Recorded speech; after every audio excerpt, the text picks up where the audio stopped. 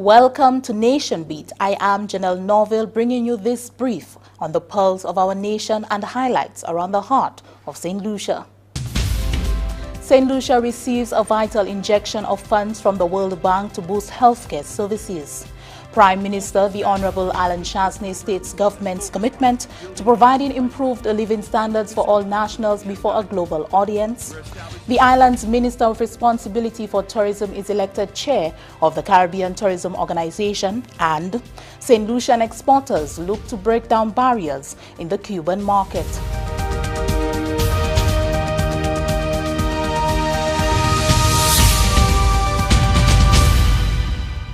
Saint Lucia made another significant stride towards a healthier population with help from the World Bank.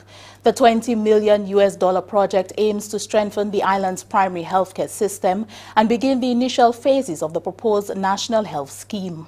As we hear from Alicia Ali, the first phase of the project is already being implemented. The project will focus on three components: improving service delivery through a sustainable benefits package, strengthening responsiveness of public health systems to address non-communicable diseases, and managing public health emergencies. The first component, namely the essential benefits package, falls under the National Health Scheme and addresses the cost of treating non-communicable diseases. It aims to raise the quality of treatment while lowering the cost of treating diseases like cancer, diabetes, and hypertension. In looking at our national health insurance, we look at implementing national health insurance. We have developed a benefits package. This project will be looking at that package and how we can streamline that package to make it more affordable. How we are going to look at the system we have to put in place to implement this package, and also the current what financing we can get to finance that package. This project, which will be officially launched later in October, is set to revamp and innovate Saint Lucia's health system.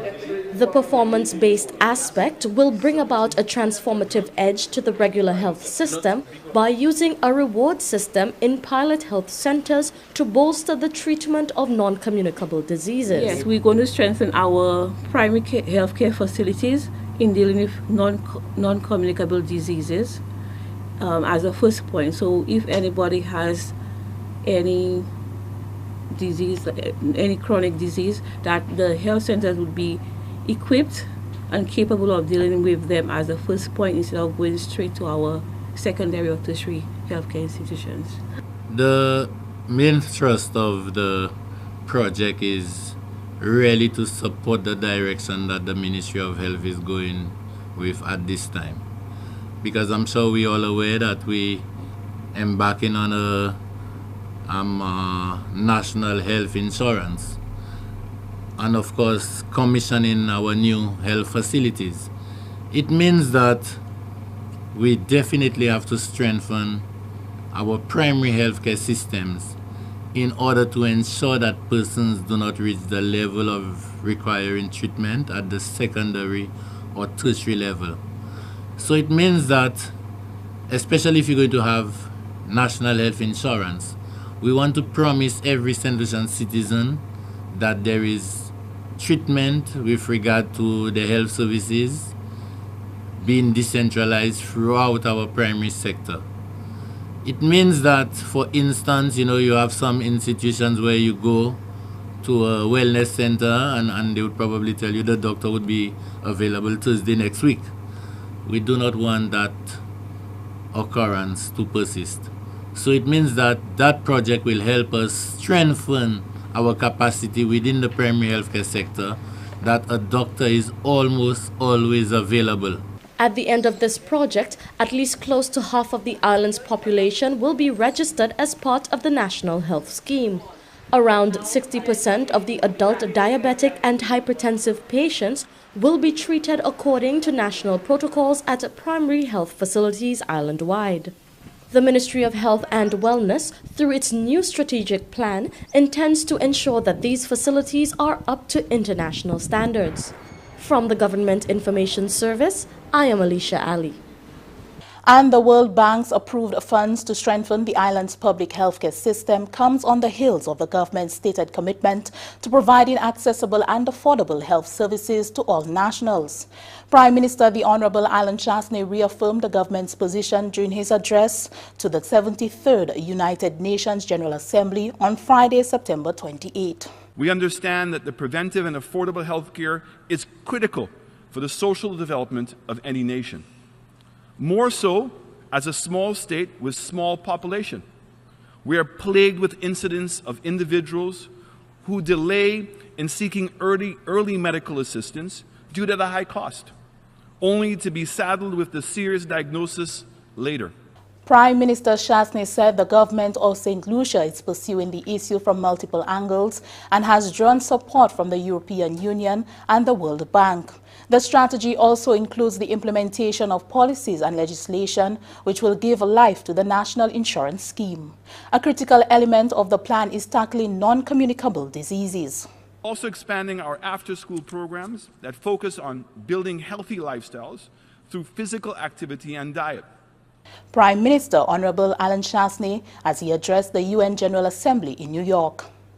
Meantime, the Ministry of Health and Wellness, with the support of PAHO and other key stakeholders, held several outreach programs during the month of September with the aim of increasing awareness and sensitizing the public of the social and economic impact of non-communicable diseases.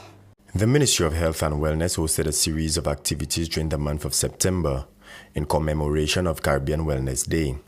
Activities began with a church service at the Odsa Pentecostal Church. Natasha Lloyd-Felix is the director of the Bureau of Health Education. Health is all-encompassing. It's physical, it's mental, it's emotional, it's spiritual. And so we have started off our observations with a church service at this church where we will be offering prayers for persons who are championing the cause of chronic illnesses, as well as persons who are living with the conditions, because we know through the support of our fellow spiritual leaders and through prayer, many things can be healed amongst us. Following the church service was the official launch and recognition ceremony, which took place at the Sanders Grand on Monday, September 10th. The primary focus of this ceremony was to recognize and award establishments who have contributed or lent support in raising awareness, sensitizing the public, and establishing health policies in order to improve the prevention of non-communicable diseases. Whilst addressing the gathering, Chief Medical Officer Dr. Merlin Frederick said, though the Ministry of Health is the main custodian for health matters, everyone has a responsibility. We each have an individual responsibility to do all we can to exercise more often, choose healthier foods, avoid alcohol and tobacco, and decrease our intake of sugar and salt. Nevertheless, communities, NGOs, and civil society, organizations, and business places also have a responsibility in decreasing the impact of NCDs. Your presence here today shows that you have embraced your responsibility in that regard, and have led in various ways in promoting healthy behavior and decreasing the impact of NCDs. To you, we are most grateful. The third activity, which took place on the 19th of September, was a health fair. Family life educator Heidi Kodra said the department tactically took wellness promotions and health services to the vendors' arcade in Castries. She said it was pleasing to see how receptive men were to the services that were offered, and it is very important for individuals to know their family history. The table was filled with men. We had the taxi drivers outside. They came, I did prostate examinations with them. We went through the process of the different stages of cancer. They asked questions as to when should they test, where should they go. And it was really informative. I learned from them, they learned from us, so it was really good. Normally, men in general, when it comes to asking them, even when I asked this morning, when last did you go to your doctor? When last did you have a general checkup? Oh, but we're not sick. And you see, that's where the problem lies. Unless we don't suspect that something is wrong, that we don't go and check. But you know, it's good that we encourage. We encourage you to get the screening done. With knowledge comes power, and actually knowing what you're about, especially your family history. Some people don't even know whether their grandmother had high blood pressure, whether their father had diabetes. It's important that you know. Activities to mark Caribbean Wellness Day 2018 culminated with a health fair for staff on the 20th of September. Fawn Minville is a family health educator in the Ministry of Health. We have a staff initiative to get staff, to encourage staff to come out and get tested, get their screenings done, blood pressure, blood sugar.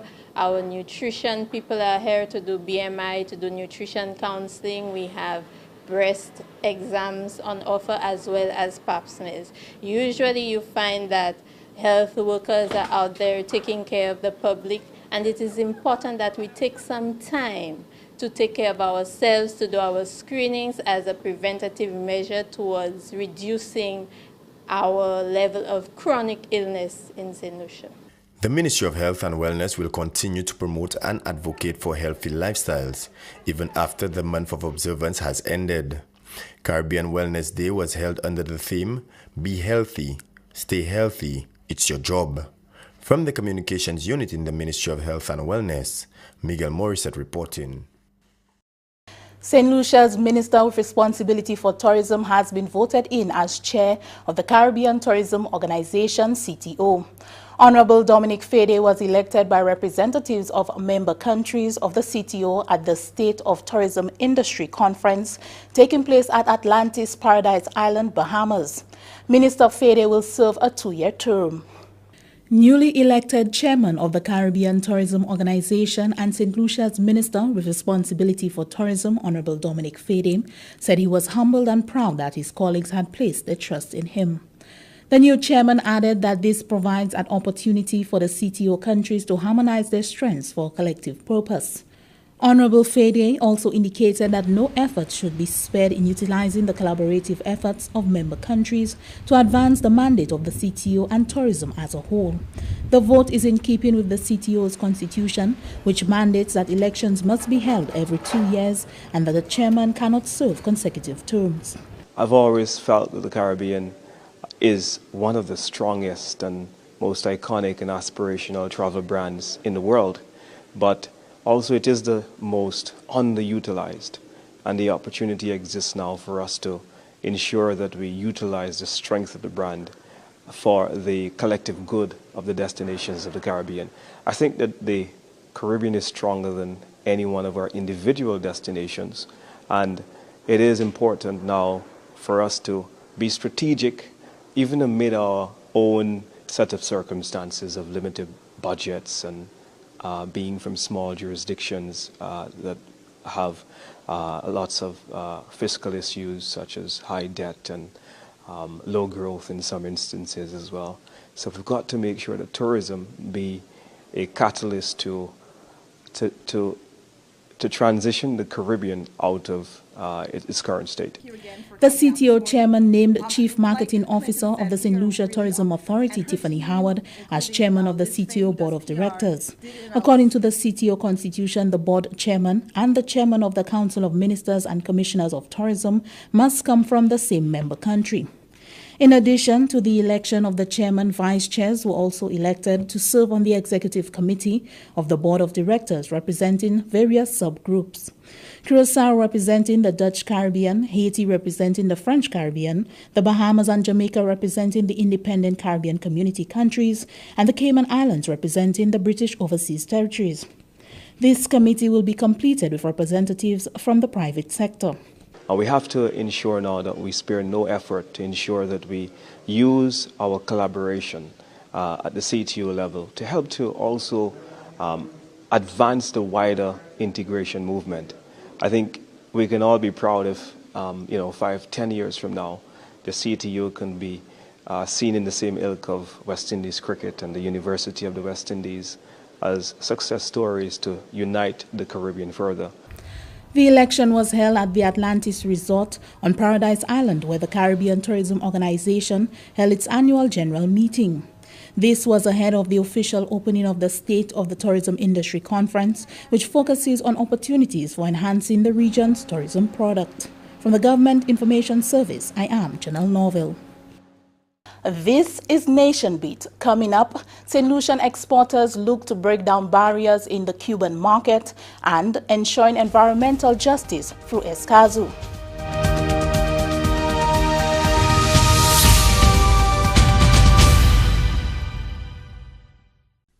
Heavy storms mean flooding, and that means being prepared with hand sanitizers, child-sized raincoats and boots, and insect repellent to protect your child from germs and waterborne illnesses. Plan for emergencies. Plan for your children. Welcome back. Organizers of the 2018 Icon Series are reporting satisfaction with the just-ended celebration of cultural icon Joseph Ramopolio. This year, an edutainment component that took the form of a school's roadshow introduced students to the work of Ramopolio as well as exposed the influence of his sound to today's Denry segment. Anicia Antoine has the details. The Cultural Development Foundation, CDF, hosted the 4th annual cultural series, which seeks to recognize individuals who have made a significant contribution to the creative industry in St. Lucia. The icon selected must entail a body of work that spans for more than 25 years. This year, St. Lucia's renowned folk musician, Joseph Ramopolio, was the icon highlighted. Drenia Frederick, Director of Events and Production of the Cultural Development Foundation. We felt that it didn't make any sense to do it at a cultural center, but we go to his community where he is celebrated, he is loved, and also to fit into the entire theme of the Heritage Month where you rediscover Saint Lucia. I'm sure many persons have not been to Bellevue and didn't know where that was. And as I've said before, it's the most beautiful place I've seen in Saint Lucia. It's a community that's tight-knit and it's rich in culture and traditions, and even the way in terms of their contemporary culture. There was a group called the Vieux Tweezing Boys, which is a version of the Denry segment. So you begin to understand the elements that exist there. Cultural groups such as Helen Folk and Eastern Folk Dance gathered to celebrate Ramopolio's music through dances and musical renditions. We had groups like Wajma, who again influence of Ramo. I believe the lead singer Bellas is a relative of Ramo. So you can see that musical tradition continuing. Avod Sebis, where his grandson was part of this band, and they brought him on stage, and at that age Ramo could still play, and he still, well, if to take a word from his bio, he has the music in his head. And for us, it was really a validation of why we're doing the Icon series, the importance. A culture crew organized by the CDF visited 12 schools from various parts of the island to educate students about the life of Ramopolio. It's important that people are aware, in the next generation. You can't build on something you don't know about. You can't innovate if you don't understand the tradition, if you don't understand the culture. And you have to understand what exists before you can innovate, have a full grasp of it, before you can say, okay, well, I'm moving from this point and I'm creating something else. And that is the point that we're trying to make. The cultural icon chosen for the year 2019 is Vincent Joseph Yudovic. From the Government Information Service, I am Anicia Antoine reporting. Officials from Export St. Lucia, TIPA, recently embarked on a 4-day mission over in Cuba. The delegation, which also included officials from the St. Lucia's Ministry of Commerce, was in Cuba from Monday 17 September to Thursday 20th September and had as its mandate to identify and correct some of the inhibitors that may be keeping St. Lucian exporters from penetrating the Cuban market. Export St. Lucia TIPA has been actively pursuing the Cuban market since 2012. Many of the St. Lucian companies which have been exposed to the Cuban market over the years have gained the interest of Cuban buyers as well as government officials. However, with the exception of Barron Foods St. Lucia Limited, none have been able to successfully penetrate the market and secure a contract with a buyer of interest. This lack of progress by the Saint Lucian companies prompted Export Saint Lucia TIPA to complete a review of its interventions as well as those of the said companies in the Cuban market. According to Export Saint Lucia TIPA CEO Sunita Daniel, the mission was a resounding success, and it allowed for the clearing up of a number of misconceptions about the Cuban market. So the main purpose of that visit was really to go into Cuba and speak with the officials there, speak with the persons who really can make the decisions and the changes for us, have those meetings with them and address the concerns that our individual companies would have had. So some of them would have had registration issues, some of them would have had difficulties with getting further orders, and so that's what we went to do, to really look at what are the constraints that the companies are facing and to find out from the Cuban authorities how we can overcome those constraints for our exporters. Client manager with responsibility for the Northern Caribbean, including Cuba, Heidi Constantine Felix, says now armed with the information, clients can have a greater appreciation for the processes associated with Cuban market entry. Cuba is a different type of economy. We know it's centrally controlled, so the process to doing business with them is quite different from what our companies are used to.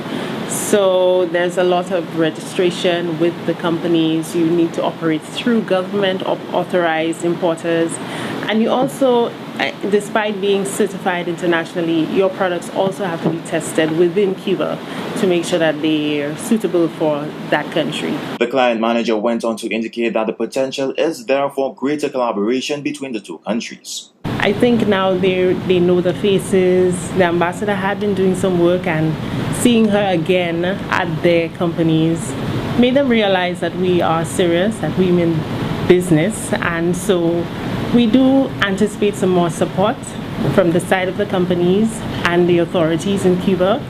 They were happy to have us there and to dialogue and discuss with us, and so we believe that that will help the process. With the information now being filtered through to the clients of Export Saint Lucia TIPA, it is anticipated that the necessary changes will be made to allow for greater penetration into the long elusive Cuban market.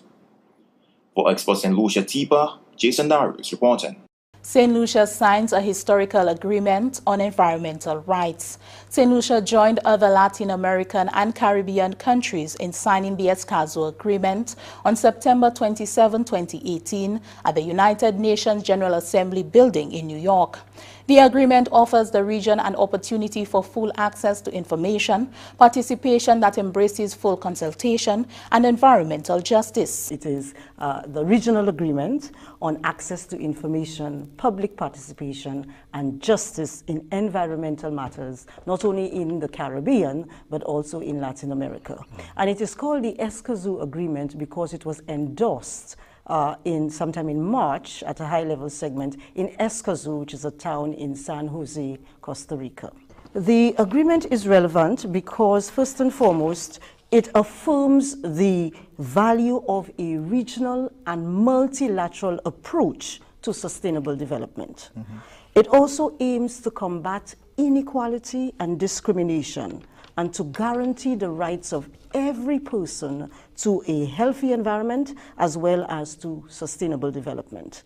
In fact, it places equality at the core of sustainable development. This is the first environmental treaty in Latin America and the Caribbean containing specific provisions for the protection of the defenders of human rights in environmental matters.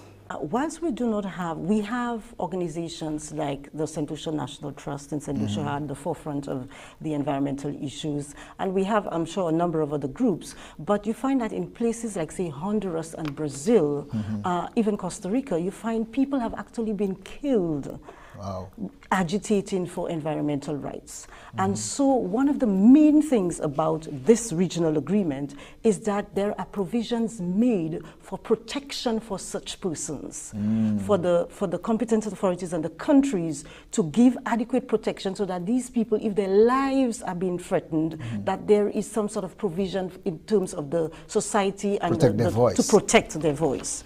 The agreement aims to establish, among others, environmental rights as an essential human right. Because the environment and environmental rights is essentially, in some countries, it is already part of the constitution as a human right. We have not reached that stage in Saint Lucian. Hopefully that we will get to that. But what we are claiming to do and what this agreement is trying to do is for us to now begin to see environmental rights as an essential human right. The right to a healthy environment as a basic human right. The Escazú Agreement will be open for 2 full years ending on September 26, 2020.